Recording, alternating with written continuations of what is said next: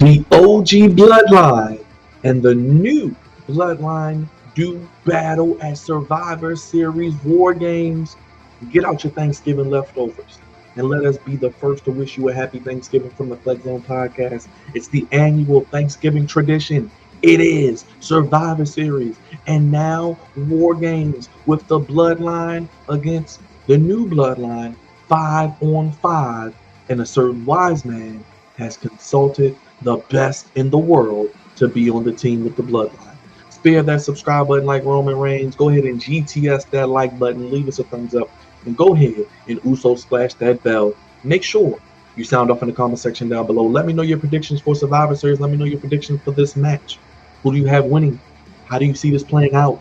Do we get a certain appearance from the final boss? Where do we go from here?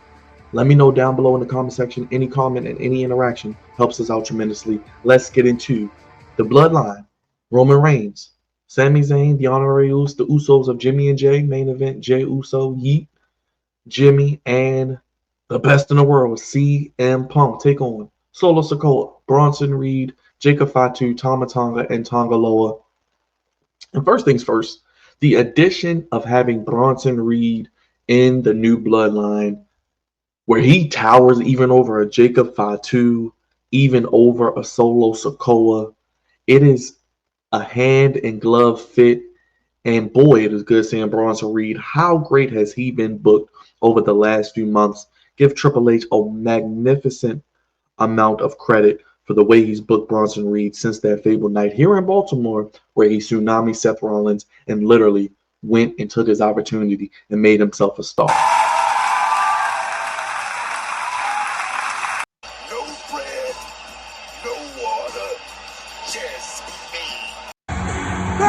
One big son of a bitch! Finish him, Daddy. I love you, Solo. Of course, him and Jacob Fatu are going to do numbers. I can see Jacob Fatu jumping off the top of the WarGames cage. We talk about Io Sky, Candice LeRae, Tiffany Stratton in the women's match. The men's match here, we could see Jacob Fatu do some big things. We could even see a tsunami, possibly an avalanche tsunami, maybe from the top of the cage. Who knows? These guys may go all out. The story was all centered around who's the Bloodline's fifth man. Seth Rollins turned it down vehemently multiple times. Bronson Reed was bought in. Bronson Reed beat Seth Rollins after help from Solo Sikoa. Now we see Paul Heyman was contacted, no answer. Now all of a sudden Paul Heyman returns, dressed like Solo Sikoa with black and red. Doesn't answer the phone. We saw Sami Zayn throw a phone on the couch. We saw Paul Heyman with two phones, his phone and The Rock's phone. Is he going to come back? Is he going to betray Roman Reigns? But then if he betrays Roman Reigns, and let's say he aligns with The Rock, then where does that leave CM Punk? Then that will make Roman Reigns and CM Punk have to see eye to eye. I think the tether here is a Roman Reigns in the middle with a potential CM Punk and Roman Reigns match looming for SummerSlam 2025 at MetLife. Remember, it is 2 nights next year. We get it in MetLife right on the outskirts of New York City. So we could be headed towards Roman Reigns and CM Punk. That is a mega match, one of the few mega matches that WWE has yet to do. We go back to that June promo in Chicago. CM Punk does a favor for his wise man. He's one of the original Paul Heyman guys. Of course, Brock Lesnar being number one. People wanted Lesnar, but CM Punk makes sense here because they tried to get Seth Rollins. Seth Rollins denies. We didn't even see Seth Rollins on Monday Night Raw backstage or in any vignette or any segment. They will probably for sure show Seth Rollins watching this match, and you can probably see, and you probably will be able to see it, the fuming anger in his mind, on his face. You'll be able to cook an egg on his head. That's how hot he'll be, and he will be fuming watching that match at WarGames. I think this will then inevitably lead to maybe Seth Rollins getting involved with CM Punk's next feud. Is that Gunther for the World Heavyweight Championship at Saturday night's main event at the first Raw on Netflix? Because I think the match is inevitably going to be CM Punk and Seth Rollins. Is Seth Rollins going to be the heel? Is CM Punk the face? I'm cool with it. Because if CM Punk gets with Paul Heyman, you kind of would rather see Paul Heyman and CM Punk as a heel duo. Now, with that being said, I do love the aspect of Bronson Reed, as I mentioned, with the new Bloodline. But I think inevitably, I wouldn't mind seeing the new Bloodline win because this would only validate them as a super team, the dominant force. because this could tell a story of Roman not even being able to take out this new bloodline with his old bloodline. He's going to have to take out The Rock to get to this bloodline, maybe, or something like that. But I think obviously we're going to get the new bloodline winning here. I think we could see, I think personally, who takes the pin. It could be Tama Tonga or Tonga Loa.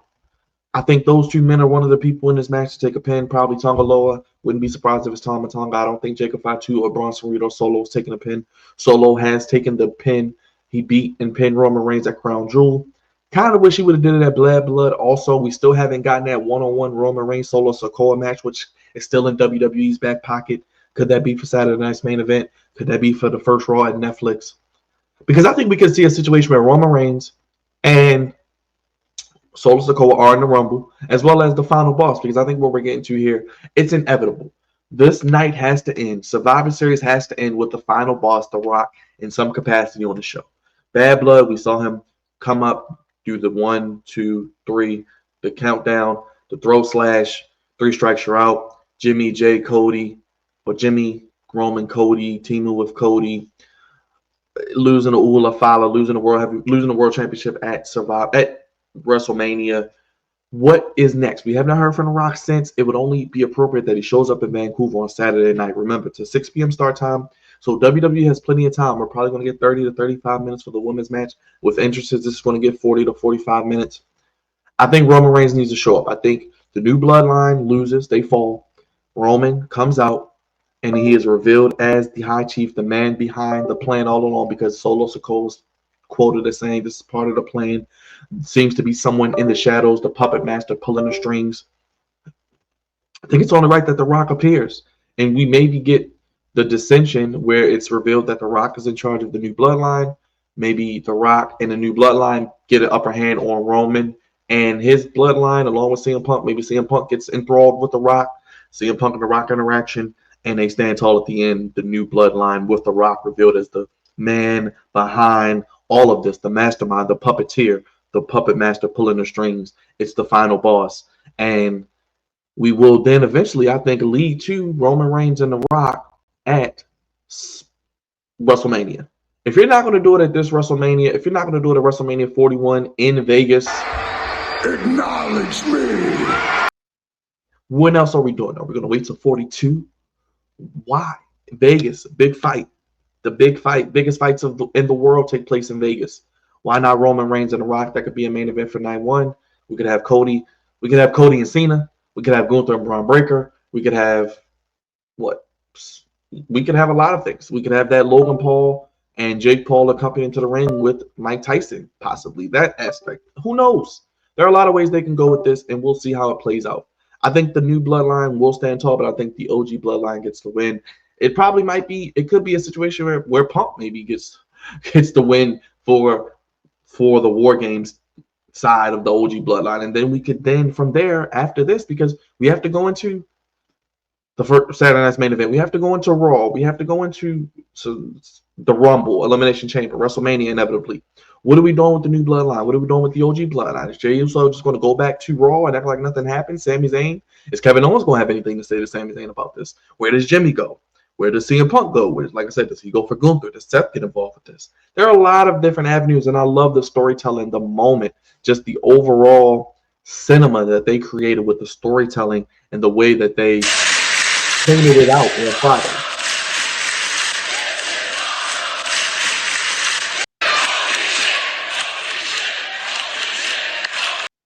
The hairs on the back of my neck stood up. We're going to get a face-to-face on Friday between CM Punk and Roman Reigns. I'm assuming a backstage tape segment, already pre-taped because it is a tape show, so probably won't be in front of a live crowd, but we have a big-time match. This is probably one of the more anticipated WarGames matches I've seen in a while. Remember last year we got the return of CM Punk. So a year to the day where CM Punk returns to WWE, where many people didn't think it would happen, he returns back to participate in a WarGames match. I know people are worried about him getting hurt. Punk will be fine.